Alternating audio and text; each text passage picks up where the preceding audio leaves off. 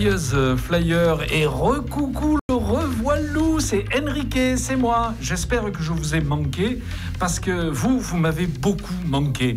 À chaque fois que je dis ça, vous allez sourire, hein, vous savez que le compta dans tous ses états, c'est de la bonne humeur. Mais à chaque fois que je dis vous m'avez beaucoup manqué, je pense à Annie Girardot. Vous vous souvenez de cette apparition lors d'une remise de trophée où on l'avait honorée?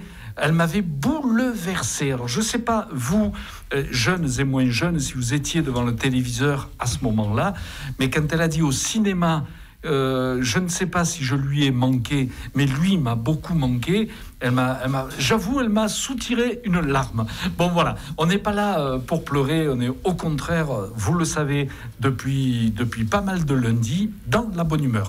À propos de bonne humeur, je voulais passer un petit coucou à Roland. Roland qui nous écoute peut-être, mon comparse, qui n'est pas là. Vous connaissez la situation actuelle. Il était cas contact. J'espère qu'il n'est pas covidé ou covideux. Ça pas comment on dit, je ne sais pas. On ne sait plus. Oh, tout le monde est paumé. Le fait est qu'il n'est pas là. Mais je vous ai promis à chaque fois un invité de prestige. Là, en l'occurrence, c'est une invitée que j'adore, que j'aime, parce que professionnelle, parce que rigoureuse, parce que volontaire, parce que sérieuse. Il s'agit, je parle de ça, de la danse, de la carrière qu'elle a embrassée il y a quelques années déjà, puisqu'elle a raccroché les petits chaussons. La scène, pour elle, depuis quelque temps, ce n'est plus sa priorité. Mais il y a eu l'enseignement, on va tout vous dire. Il s'agit de Dominique Mas. Dominique Mas, bonjour. Bonjour, merci de cette invitation. Alors, justement, moi je voudrais, on a pour habitude dans le compta de démarrer par les origines. Et on va démarrer, Dominique, si tu le permets, parce qu'on se connaît très bien, donc on va se tutoyer. On va démarrer par le Conservatoire de Toulouse, parce qu'un artiste, lorsqu'il démarre, quel meilleur enseignement que de rentrer au conservatoire. Dis-nous tout. Oui, les conservatoires, évidemment, parce que c'est officiel, c'est l'endroit où on fait 10 heures de danse par semaine. Donc, mais moi, j'ai commencé quand même dans une petite école, tout simplement une petite école privée, comme la mienne actuellement, à Toulouse. Et j'ai commencé comme ma maman m'a mise à la danse, comme beaucoup de petites filles, j'avais 6 ans. Mais elle t'a mis à la danse parce qu'elle aimait beaucoup ça? Absolument. Ou c'est parce que tu lui avais dit, maman? Non, absolument. Au départ, c'est parce qu'elle aimait beaucoup la danse. Ma mère est très artiste dans l'âme, la musique, la danse, le théâtre, ça fait partie de sa vie. D'accord. Et au bout de 2 ans, je dis à ma maman, donc j'avais 8 ans, maman, c'est le métier que je veux faire, je veux être danseuse. Ah oui. Alors au début, les parents, oui, bien sûr, ma chérie, comme toutes les petites filles qui rêvent d'être danseuses étoiles. Oui, il n'y a pas de problème, bien sûr, continue comme ça. Et puis au fil des années, je demandais à aller tous les jours à l'école de danse. Je prenais des cours, même chez les débutants, même si je ne l'étais plus, encore que au bout de 2 ans, on l'est encore. C'est ce que j'allais dire, au bout de 2 ans. On l'est encore, on est très débutante, mais je souhaitais prendre tous les cours de l'école de danse qui correspondaient à mon niveau. Et puis, chemin faisant, elle s'est bien rendue compte que c'était ma passion, quoi. C'était une passion. D'accord. Et là, j'ai dit à ma maman, maintenant, je veux rentrer au conservatoire, je veux faire de la danse tous les jours. D'accord. Tous les jours, je veux avoir des cours tous les jours, je veux faire de tout. Donc, présentation conservatoire, et j'ai été reçue au conservatoire de Toulouse. Parfait. Où je suis restée 2 ans, parce qu'après, je voulais monter plus haut, et j'ai dit à maman, je veux partir à Paris. Ah oui, déjà. Ah, voilà. Donc, comment va-t-on faire? Je veux partir à Paris. Puis en fait, Et tu es partie. Et je suis partie parce que mes parents ont toujours suivi en fait mes demandes et ils voyaient bien que de toute façon, je dérogerais pas à ça. Je voulais être danseuse et ça a toujours été dans ma tête. Et puis rappelons-le. Et ils m'ont toujours soutenue. Voilà, les parents jouent un rôle extraordinaire auprès des enfants. Dans l'éducation, il y a aussi la mise à l'étrier justement d'une passion, d'un sport, d'un art, quel qu'il soit, la danse, la musique, le chant, la comédie, le sport bien sûr. Et toi, c'était la danse, donc ils t'ont suivi. Donc, ça a été rapidement Paris. C'est ça, tout à fait. En fait, ma première professeure de danse, donc à cette petite école de danse privée, connaissait très bien l'Académie Solange Golovine à Paris, qui sont une famille de danseurs Il y avait donc Solange, Jean, Georges et Serge, 4 danseurs, les 4 frères et sœurs là, tous danseurs. Et elle m'a dit, pourquoi pas, je vais appeler et elle va passer l'audition là-bas. Alors je dis audition, maintenant on dirait elle va passer un casting. Nous, à l'époque, on appelait ça une audition. Et en fait, voilà, tout s'est mis en route. Maman a suivi. Je suis partie. J'ai passé mon audition. J'ai été reçue à cette académie. Et donc, j'y suis restée un bon bout de temps. Et puis ensuite, j'ai dit non, maintenant, je veux le conservatoire de Paris. Encore plus haut. D'accord. Ah ouais. Et puis, voilà, conservatoire de Paris, même chose. Sur concours, et puis je suis rentrée au conservatoire. Et on va le dire à nos auditeurs, parce qu'on leur cache rien, tu as travaillé avec les plus grands, c'est Serge Golovin, Jean Golovin, de la même famille, du ballet de Monte-Carlo, ce qui n'est pas rien. Alors là, tu vas m'aider, Andrei Glegolski. De l'opéra de Varsovie, tout à fait. Donc, qui était un danseur étoile de là-bas, à l'époque, et qui est venu s'installer en France et qui a ouvert une école en France. Donc, en l'occurrence, entre les cours du conservatoire, j'allais travailler avec d'autres professeurs pour m'enrichir. Alors, ça concerne quoi quand on s'enrichit autour de la danse classique? Parce que ça, c'est plutôt du caractère. Alors, quand on parle de la Russie, quand on parle de la Pologne, c'est... En fait, non, la danse classique, c'est vraiment la base de tout. On peut après accéder à n'importe quel autre style de danse. Quand on est vraiment dans la danse classique, c'est vraiment la base de tout. Après, moi, j'ai rencontré des gens, mais parce que j'avais envie, je me suis dit, mais il n'y a pas que la danse classique, il y a le jazz. Tiens, je vais aller voir ce qui se passe. Donc, j'ai travaillé avec plusieurs professeurs à Paris. J'ai fait Molly Molloy, studio Paris Centre. C'est ça. René Deshauteurs, c'est ça. Serge Pierce, beaucoup en faisant des stages, beaucoup. Et puis Peter Goss et Franck Ashley, qui sont quand même que des noms de la danse jazz en France, c'est prestigieux, en France. Dans ce style-là. Donc là, c'était par curiosité, c'était une découverte, et puis ça m'a bien plu. C'était complètement autre chose. On se lâchait un peu plus, on était. Mais en fait, tu touchais un peu à tout. C'est que la colonne vertébrale, c'est la danse classique. Ensuite, on va vers le caractère, on va vers le jazz. Parce que je parlais de caractère. Dis-nous, tu as eu 3 profs extraordinaires. Oui, parce que en fait, quand j'ai commencé à danser en tant que professionnelle, dans les théâtres, on touche à tout. On fait du ballet, on fait de l'opérette. À l'époque, on appellerait ça comédie musicale maintenant ici. Et opéra. Et du coup, j'ai pu constater qu'il y avait plein de styles différents dans ces différents ouvrages. Et évidemment, un jour, je tombe sur Gypsy, Volga, opérette, rappelle-moi le nom de Francis Lopez. Et là, je découvre la danse de caractère russe. Et là, c'est le coup de cœur. Voilà. Alors, tu sais plus la passion de la danse dans toute sa plénitude, et aussi les comédies musicales avec le Broadway Dance Center de New York. C'est ça. Alors ça, c'était pour me spécialiser après pour mon futur enseignement. D'accord. Ben, on va y revenir. On va écouter un tout petit peu de musique et c'est passionnant. On revient tout de suite. Fly FM à Bédaride sur 89.9. Vous êtes bien sur Fly FM et je ne vous avais pas menti. Vous voyez, on reçoit une artiste énorme, en tout cas au parcours extraordinaire. On va démarrer, vous avez vu, on a planté le décor en vous expliquant toutes les formations et la formation auxquelles elle s'est astreinte finalement pendant pas mal d'années avant d'arriver à un premier engagement, et je suppose que ça a dû être extraordinaire, Dominique. C'est l'Opéra de Lille, et je le dis pour nos auditeurs, nous sommes en 1976. C'est ça, premier contrat de la toute jeune danseuse qui passe encore une fois des auditions pour se faire remarquer et pour être engagée. Bon, alors à tous les jeunes qui passent des auditions, des castings, oui, des castings, oui. Raconte-leur comment ça se passe. Tu es à Paris à l'époque ? À l'époque, oui. En fait, on épluche un petit peu les annonces, on se renseigne sur tous les théâtres de France et de Navarre, en tout cas à l'époque, parce que tous les théâtres, à l'époque, en France, avaient une compagnie attitrée, avec un corps de ballet, avec des chœurs, des artistes attitrés en saison et salariés de ce théâtre. Il y en avait beaucoup. Donc du coup, on se renseigne sur tout ça, et dès qu'on voit qu'il y a une audition demandée pour un poste vacant, on se présente, on téléphone. Forcément, il y a une date, on s'inscrit et puis on y va. Puis là-bas, c'était sous forme d'un cours en fait. carrément sur la scène de l'Opéra de Lille. Donc c'est assez impressionnant quand on est toute jeune arrivée. Oui. Mais enfin, on sait comment ça se passe en gros, hein, parce qu'on a des tas de copains qui l'ont fait avant. Et puis voilà, on a un numéro devant, derrière.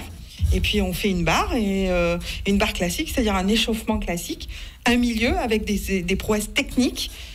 Devant un jury. Ça, si vous n'avez pas fait de danse, les amis. Voilà. Devant un jury. Et après, le jury sélectionne petit à petit. On se fait éliminer à droite, à gauche. Et il en reste quelques-uns. Et puis voilà. Et puis ce jour-là, j'ai été retenue. Et comment ça se passe au niveau du chamboulement du quotidien? Parce qu'il faut peut-être prendre un studio à Lille, ou c'était des allers-retours? Ouais, c'est ça. Bon, moi, j'étais pas très loin de Lille. Mais bon, pour que ce soit plus pratique, oui. C'était un studio sur place. Et puis voilà. Puisque le contrat, en général, est d'1 an.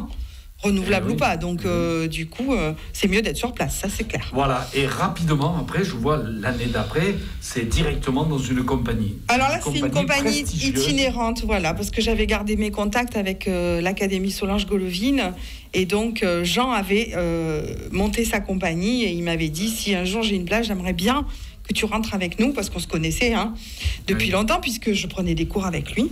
Et du coup, voilà, j'ai fait un petit temps avec la compagnie Jean Golovine. Alors, Jean Golovine, c'était plutôt quel style pour nos auditeurs?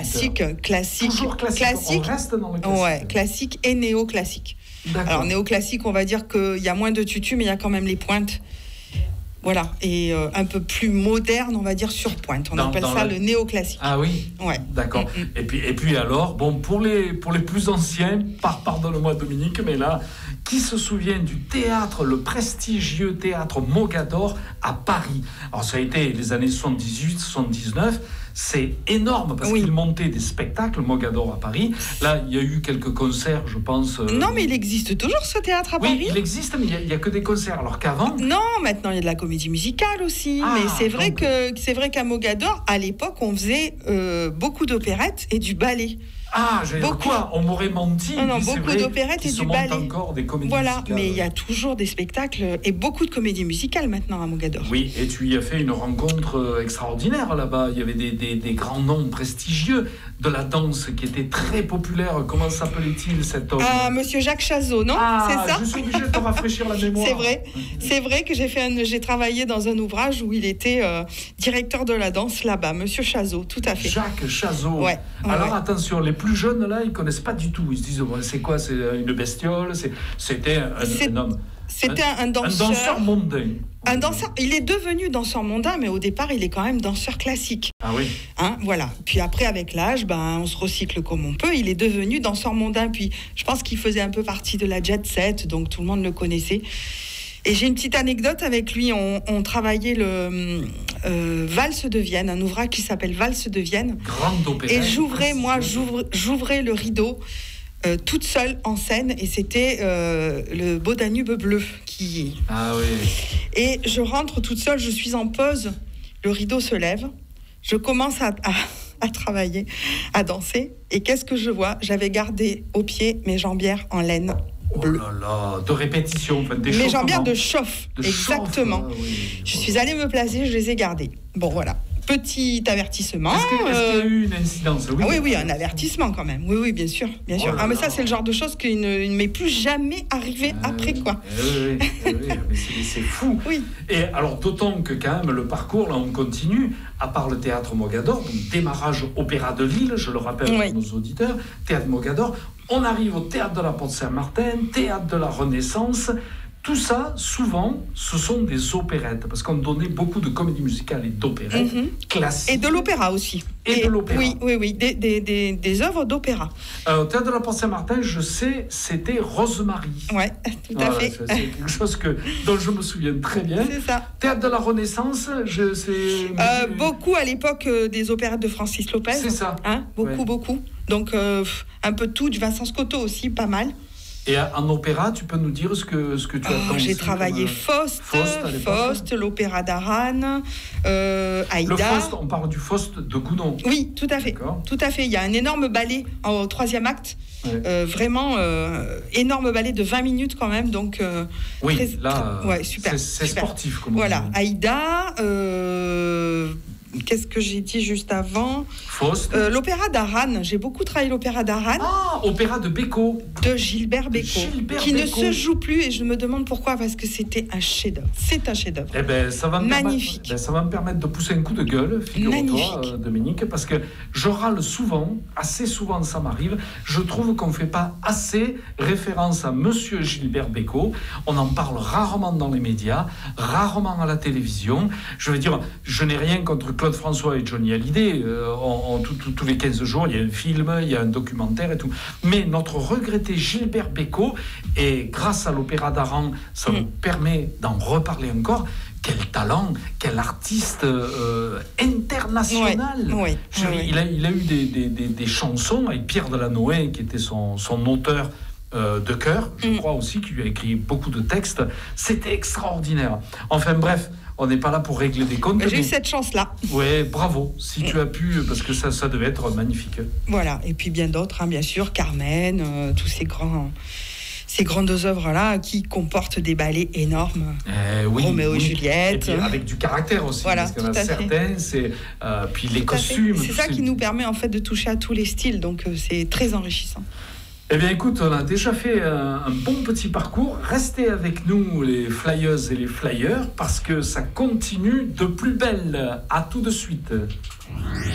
Fly FM. Vous êtes au cœur de 40 minutes de hit sans pub. On est un peu brimé, parce qu'il fait beau finalement aujourd'hui. On est en studio, heureux parce qu'on parle avec vous. En tout cas, vous nous écoutez. Mais on va pas tarder à aller sortir, parce que je vois que le soleil pointe un petit peu son nez. Et ce matin, ça a démarré légèrement pluvieux. Mais je pense qu'il va faire bon. On va vers les beaux jours. Et à propos de beaux jours, qu'est-ce qui se passe pour une artiste de la danse qui démarre par les théâtres où, comme tu l'as précisé, Dominique, il y a des compagnies en saison, des artistes embauchés à la saison, qui sont là tous les week-ends pour faire des comédies musicales, des opérettes, des pièces de théâtre, enfin bref. Et il y a les compagnies itinérantes, celles qui sillonnent la France, l'Europe, voire le monde.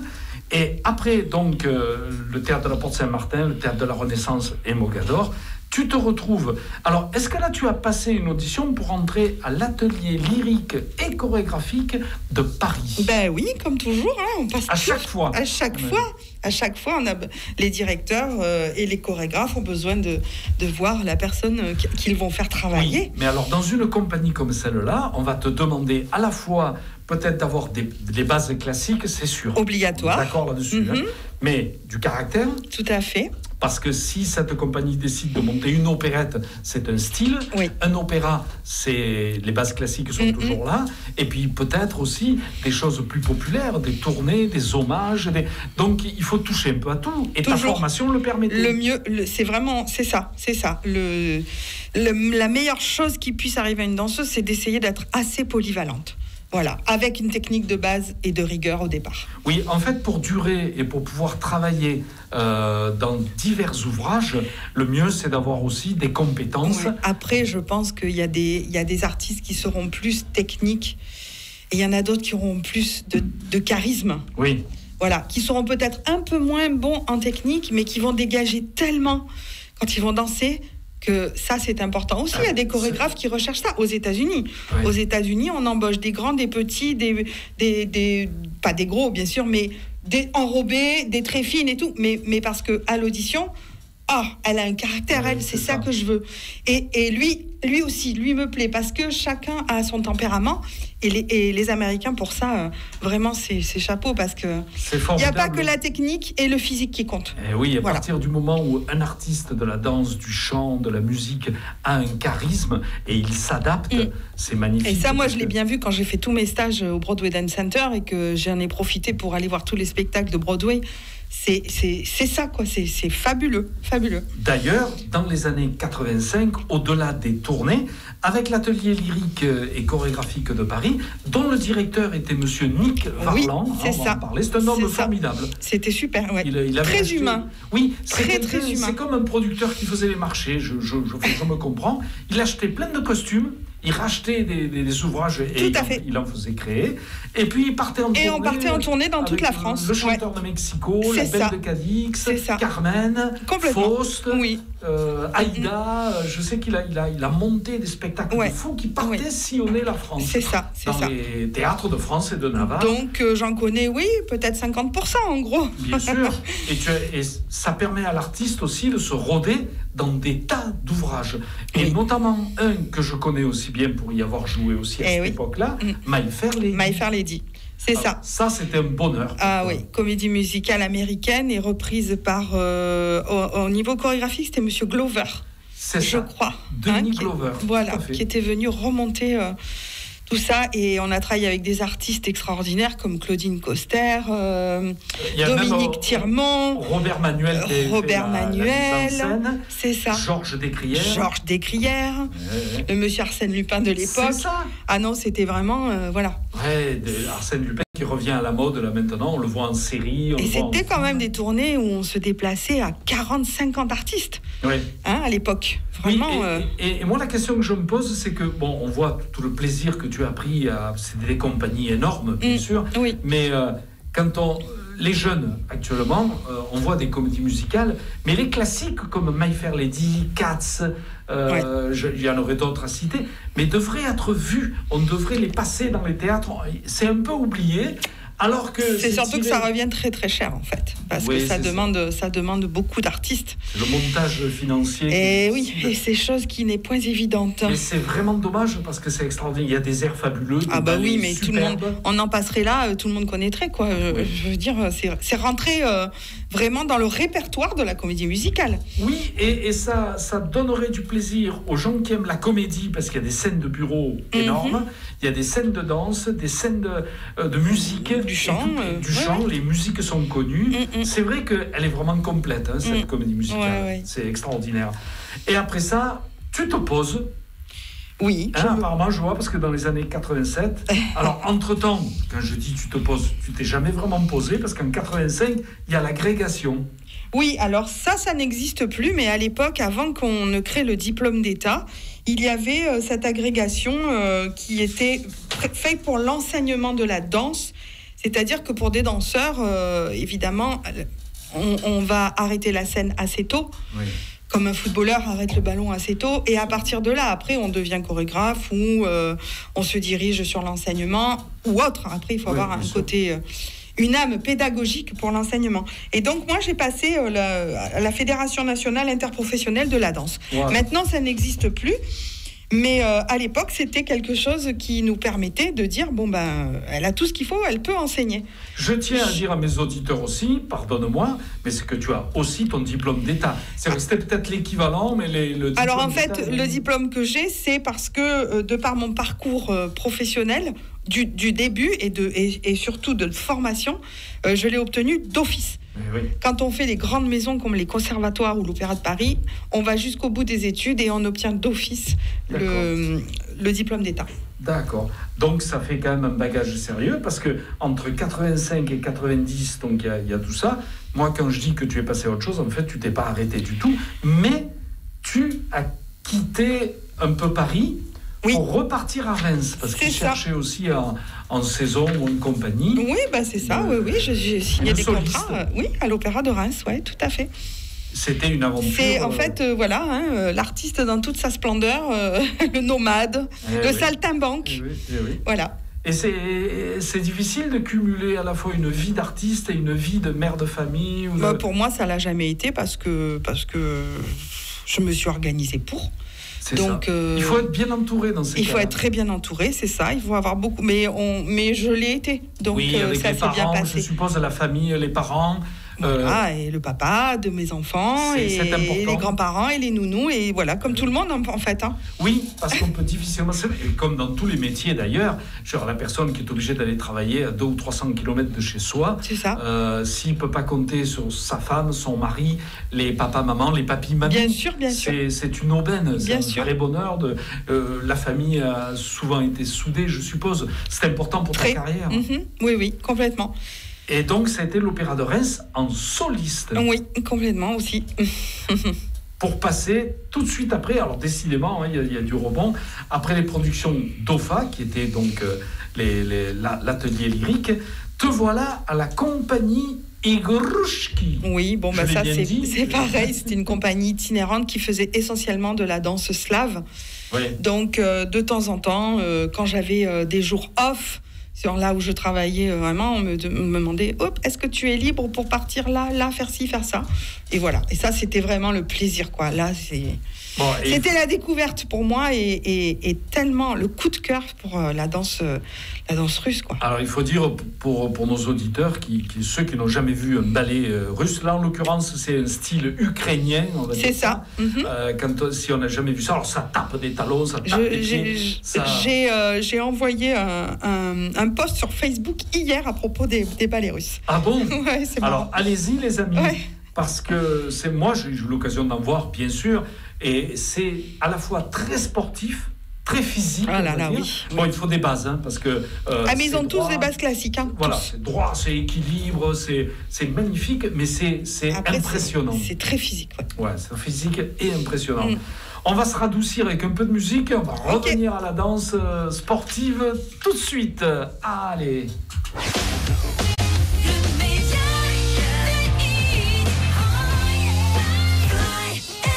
On ne nous dit pas tout et je dois quand même faire ma mea culpa, c'est que d'une manière générale, je vous dis absolument tout.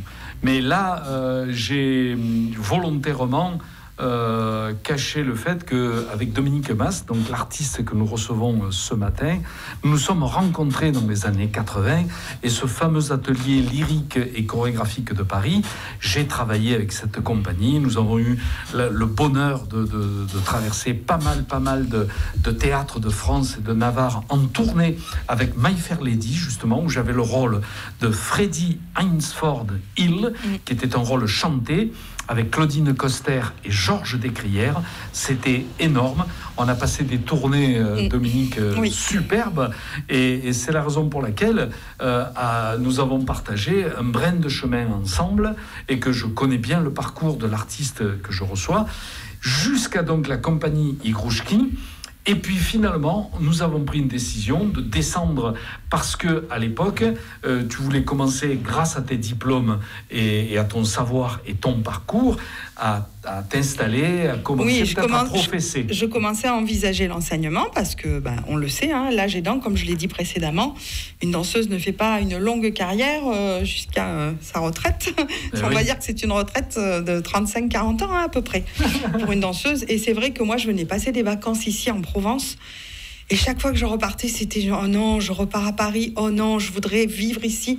Et puis l'opportunité s'est présentée, en fait. C'est ça. Et on a décidé de s'installer dans le midi de la France. Et pourquoi Monteux ? Parce qu'on avait des connaissances sur Monteux.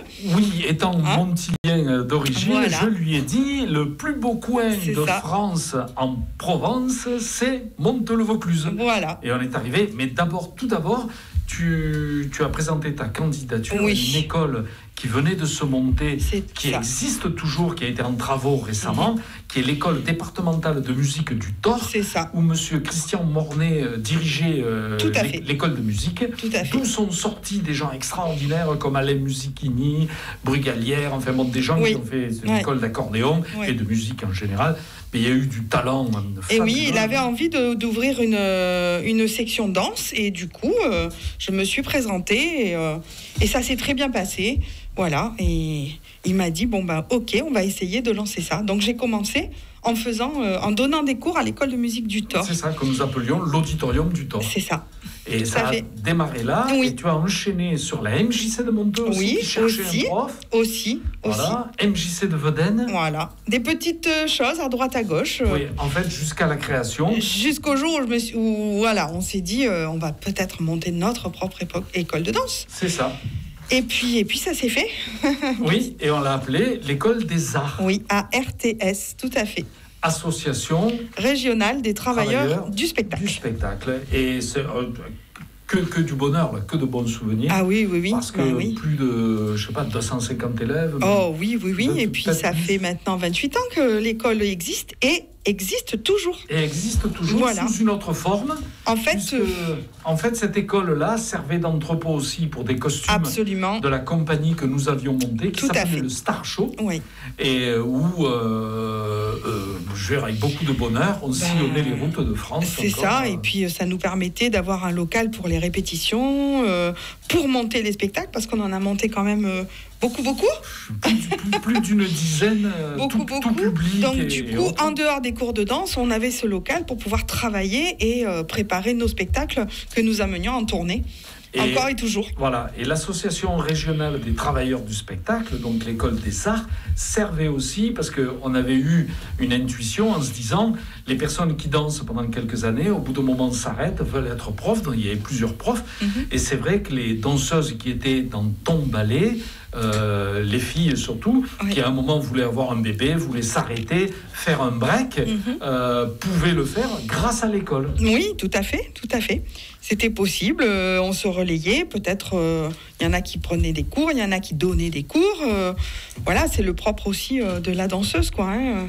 Ça a été des années merveilleuses ici, et je sais que ton enseignement a amené certains élèves, certains enfants d'ici, tu peux nous en parler, jusqu'au Conservatoire d'Avignon, jusqu'à Paris. Complètement. Donc tu peux peut-être en parler. Oui, j'ai certaines élèves dont j'ai vu et j'ai prédit qu'elles pouvaient faire un peu plus que de l'école en amateur, que de l'école de danse plaisir. Et donc, je les ai présentées effectivement au Conservatoire d'Avignon, au Conservatoire de Marseille. Il y en a d'autres qui sont partis à l'Opéra de Paris, carrément, en stagiaire, qui y sont restés ou pas. Bon, après, c'est pas moi qui décide. Hein. Ils ont aussi leur examen de fin d'année. Non, mais ce qui est sûr, et c'est puis, il y a des niveau. danseuses professionnelles aussi qui sont devenues des professionnels complètement, ou des professeurs de danse aussi, diplômés d'État. Tout à fait. Beaucoup aussi. Donc voilà, mais bon, ça, c'est un peu normal. On transmet quelque chose. Et puis, c'est vrai qu'il n'y en a peut-être pas forcément des centaines, mais il y en a bien la moitié, 50%, qui ont envie de faire ce métier. Et si on s'y tient... En tant qu'observateur, je peux dire à nos auditeurs que ton enseignement était sérieux et professionnel, parce qu'il y a eu quand même des résultats fabuleux. Bien sûr. Ça continue, mais tout ton parcours, tu as réussi à le transmettre. Tout à fait, c'est le mot qui convient, la transmission, complètement. À certaines personnes qui maintenant sont artistes. Je sais qu'à l'époque, il y en a même qui sont rentrés au Moulin Rouge. Oui, tout à fait. Il y en a qui ont fait des tournées internationales. Oui. Il y en a qui sont partis dans des compagnies très très importantes et prestigieuses. C'est pas rien, ça fait preuve d'un parcours. Et d'autres qui sont devenus professeurs de danse aussi, comme moi. Oui, et sans oublier que pendant ce laps de temps où tu donnais des cours, tu dansais aussi. Parce qu'il y a eu, à l'époque où l'école s'est fondée, tu étais toujours sur scène. Je veux dire, en fait, tu t'es arrêté il n'y a pas très longtemps peu de temps après quand même, parce que à l'époque, on voulait avoir un deuxième enfant, donc c'était après compliqué, difficile de donner des cours en plus de tout ce qu'on faisait à côté. Donc c'est vrai que j'avais envisagé de m'arrêter, mais peut-être de continuer, mais moins soutenu fait. Beaucoup moins soutenu que ce que je ne faisais avant. Voilà, mais je peux dire que c'était très investi parce qu'il y avait toutes les chorégraphies, ce qui est énorme, de tous les différents spectacles, des tournées. Je sais que tu as réglé des tournées pour le journal du Sud-Ouest, le Montre Sud-Ouest, pour des producteurs, Antenne 88 pour ne pas les nommer, à Bordeaux. Je veux dire, tu as continué la Dépêche du Midi aussi, du côté tournée d'été aussi. Voilà, tournée d'été pour AMC Production à Montauban. Et puis, pendant plusieurs années, avec une production marseillaise, donc tu as chorégraphié des spectacles de Noël. Oui. Avec notre charmante Arlette Gonzalez pour CPS Productions à Marseille. C'était avec toujours autant de plaisir, que ce soit pour les enfants. Ah mais oui, parce que moi, de toute façon, ma vie, après la scène, c'était l'enseignement et la chorégraphie. Donc, je me suis retrouvée... en fait, de devant la caméra, je suis passée derrière la caméra. Mais ma vie a été remplie derrière la caméra, autant que devant la caméra. Tout à fait. Il y a des satisfactions aussi saines en étant acteur soi-même qu'en étant derrière la caméra, derrière les coulisses. Absolument. Et puis, il y a tout, il faut rappeler toutes les personnes qui écoutent, quand on monte une compagnie comme ça, comme dans toute entreprise, il y a du boulot, il y a des petites mains, ceux qui font les costumes, ceux qui font les décors, ceux qui s'occupent de la technique, du son. Et c'est vrai que là, la famille a été importante. Parce que ta maman, Gisèle, on lui fait un petit coucou. Elle nous a bien aidé au début, c'est vrai. Gisèle, sur les costumes. La chanson qui suit, on te l'offre parce que c'est vrai que dans chaque entreprise, on a besoin des parents, on a besoin des enfants et de la famille. Cette chanson est pour toi.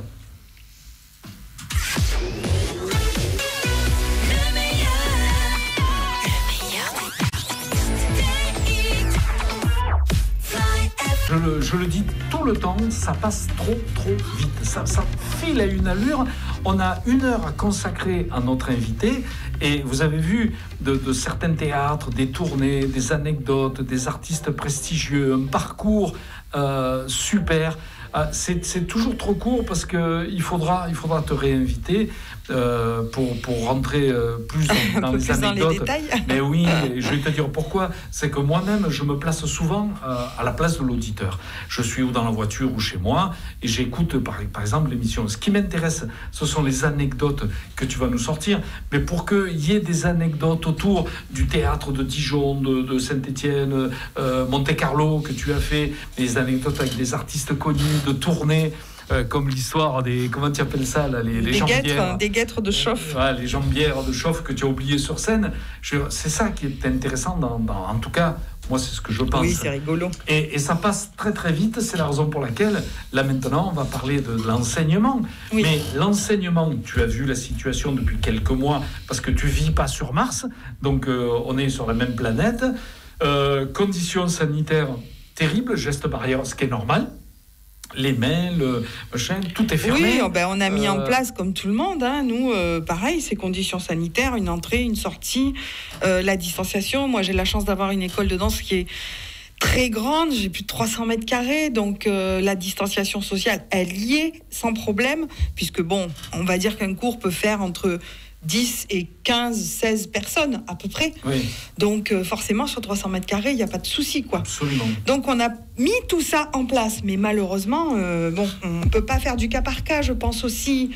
Donc pour le gouvernement, c'est compliqué. Il faut faire un... Là, ils vont réouvrir les écoles, apparemment. Un tout, oui. Donc, est-ce que vous êtes considéré... Malheureusement pas. Malheureusement pas. Alors, ils ouvrent... C'est ce on trouve ça très bizarre aussi. Mais comme je vous dis, on ne peut pas faire du cas par cas. Donc oui, ils vont ouvrir les écoles, mais nous, on n'a pas le droit de recevoir 6 élèves en cours, mais ils sont 20 dans les classes. Oui. Voilà, on ne sait pas, c'est comme ça. Oui, et puis je sais, je ne vais pas balancer, mais il y a des émissions de télé, il y a des tournages qui se font, ils sont beaucoup plus que 6 dans un studio. Exactement. Et puis ils enlèvent les masques. Exactement, exactement. Alors il y a 2 poids, 2 mesures. Oui, tout à fait. Ça pourrait être un coup de gueule. Il fut un temps où on était assimilés à la culture, nous, les danseurs, les écoles de danse. Et puis il y a eu des problèmes entre le sport et la culture. Alors le sport devait s'arrêter, mais la culture pouvait continuer. Donc évidemment il y a eu un petit conflit entre les deux.